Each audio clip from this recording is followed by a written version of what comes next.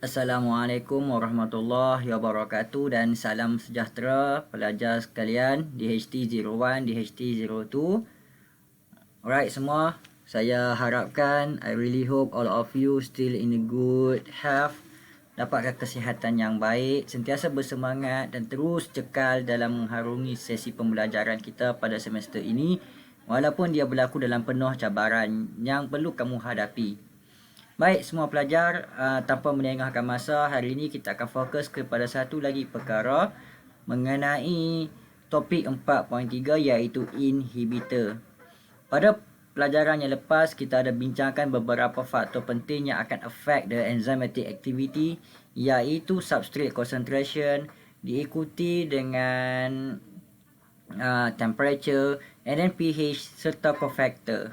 Hari ini kita akan fokus kepada satu lagi situasi iaitu yang kita akan bincangkan berkaitan dengan topik inhibitor. Inhibitor ni adalah satu bahan yang apabila kamu dengar saja perkataan inhibitor ni, kamu faham ni ada satu bahan yang boleh bind pada enzim. Kita ada bincangkan tentang cofactor sebelum ini. Cofactor juga adalah non-protein component yang bind kepada enzim. Begitu juga dengan inhibitor. Inhibitor ni adalah satu substance yang tak perlu describe apakah substance itu. Ia adalah satu substance that bind to the enzyme, di mana apabila dia bind kepada enzim, dia akan decrease or stop the enzyme's activity. Highlight perkataan decrease or stop enzyme's activity. Sesuai dengan namanya iaitu inhibitor. So kesannya apabila dia bind kepada enzim, contohnya inhibitor bind pada kawasan ini, maka enzymatic activity ini akan decrease ataupun dia boleh jadi stop. Inhibitor ni could bind to the active site.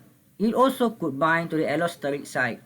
So inhibitornya yang kita tahu dia boleh bind kepada enzim, dia boleh bind pada dua tempat. Yang pertama it could bind to the active site ataupun yang kedua dia boleh bind kepada allosteric site. So kenal tak pelajar di manakah active site? So this is active site. So inhibitor boleh bind pada active site iaitu tempat di mana substrate bind. Begitu juga inhibitor boleh bind pada allosteric site di mana dia tak perlu bersaing dengan substrate. So kita boleh tengok apa perbandingan kesan antara dua bentuk binding ini. Apa kesan apabila inhibitor bind pada active site dan apakah kesan apabila inhibitor bind pada allosteric site. Baik pelajar, kita teruskan lagi apa yang kita kena faham dengan inhibitor ini. Inhibitor ni akan bagi kesan kepada rate of enzymatic reaction. The rate enzyme reaction may be decreased apabila kehadiran inhibitor ini. Selain daripada itu pelajar, kita tengok bagaimanakah kita membahagikan dua jenis inhibitor. Apabila pelajar faham tentang inhibitor, dia dibahagikan kepada dua jenis inhibitor. Yang pertama kita panggil dia sebagai reversible inhibitor. Yang kedua kita namakan inhibitor tu sebagai irreversible inhibitor. Macam mana kita nak bandingkan dia? So kita ada faham bahawa satu inhibitor ini dia bersifat reversible. Jadi perkataan reversible ni kita faham inhibitor boleh bind dan inhibitor akan boleh dikeluarkan, boleh attach dan dia boleh detach. Bila dengan perkataan irreversible, jadi kita tahu bahawa apabila inhibitor bind, dia akan permanently bind dan dia akan terus mengekalkan situasi di mana enzim itu tak dapat berfungsi dengan baik, di mana rate of reaction akan kekal decrease ataupun boleh jadi stop. Bagi inhibitor yang boleh bind kemudian detach kepada enzim, kita bahagikan dia kepada competitive reversible inhibitor. Yang kedua adalah non-competitive reversible inhibitor. Kita tengok macam mana kita nak fahamkan satu persatu mengenai inhibitor ini. Seperti yang mana kita maklum pada pelajaran tadi, bahawa inhibitor ini kita bahagikan dia kepada dua, reversible inhibitor dan irreversible inhibitor. Kita tengok dulu apakah yang kita faham dengan reversible inhibitor. Inhibitor bagi reversible inhibitor ni will bind to the enzyme. Dia bind pada enzim. Dan ikatan yang berlaku apabila dia bind kepada enzim adalah weak interaction ataupun weak bond. Hanya satu ikatan yang lemah.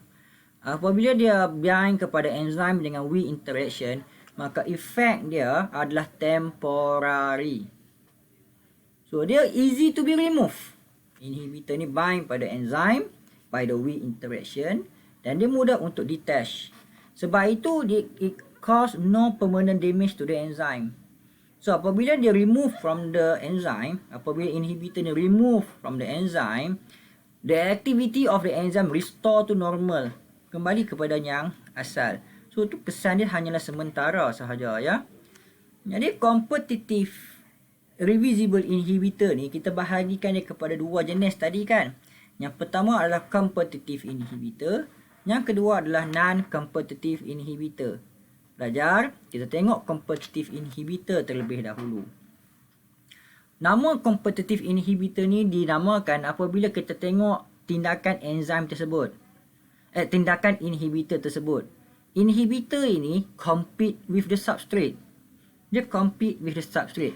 Kenapa kita katakan inhibitor ni compete dengan substrate? Sebab both, iaitu inhibitor dan substrate ni akan bind kepada same site, iaitu all of both of them will bind to the active site of the enzyme.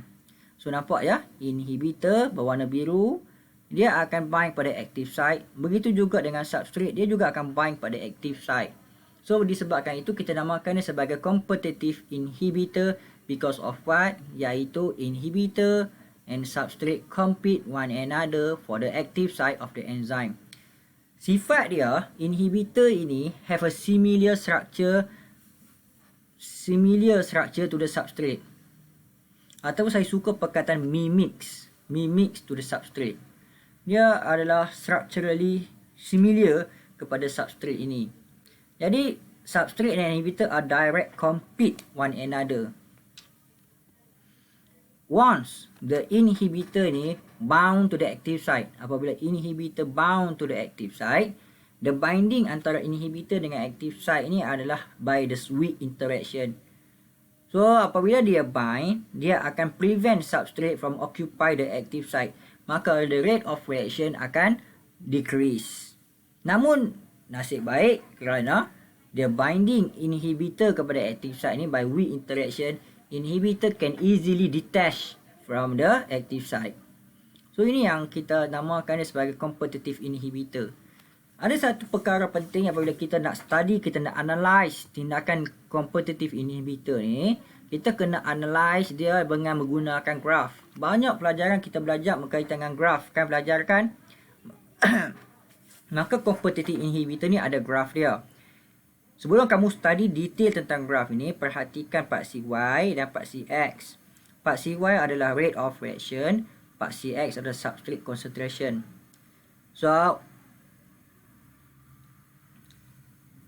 apabila kita perhatikan tindak balas dia ni, tindak balas dengan kehadiran tanpa inhibitor, the rate of reaction ni akan increase dengan increase of the substrate concentration, increase sehinggalah apabila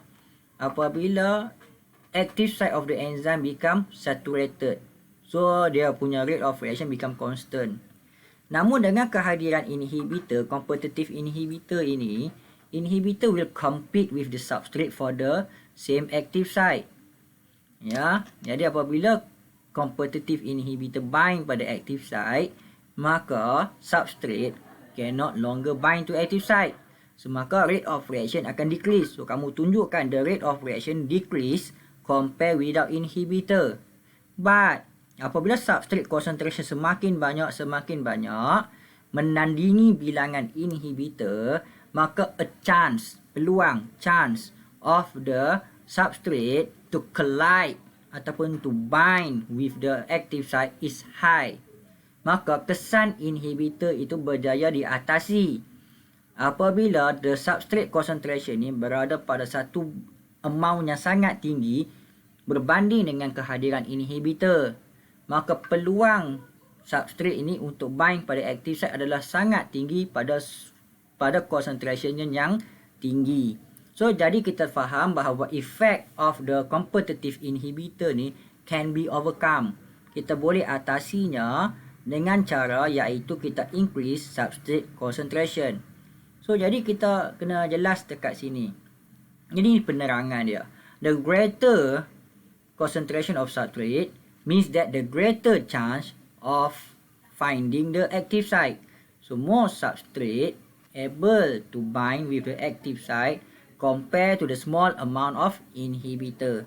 So if substrate concentration is increased, so less effect of inhibition occur. So effect of inhibitor can be overcome by the increased substrate concentration. So ini penerangan kita berkaitan dengan competitive inhibitor. Nah ini contohnya iaitu malonic acid. Malonic acid ni adalah inhibitor. Succinic acid ni adalah substrate. Sepatutnya dalam Krebs cycle, succinic acid ni convert to fumaric acid menggunakan succinate dehydrogenase ni enzim dia. Namun apabila kehadiran malonic acid ni adalah inhibitor, dia are mimics to the succinic acid. So apabila malonic acid ni hadir, maka a chance of succinic acid ni masuk ke dalam succinate dehydrogenase adalah rendah. Maka inhibition ini berlaku. So this is competitive inhibitor. Kita akan tengok tentang non-competitive inhibitor for our next video. So see you on the next part, iaitu berkaitan dengan non-competitive inhibitor, dan kita akan compare kedua-dua inhibition ini ya. So bye semua. Assalamualaikum warahmatullahi wabarakatuh. Salam sejahtera semua.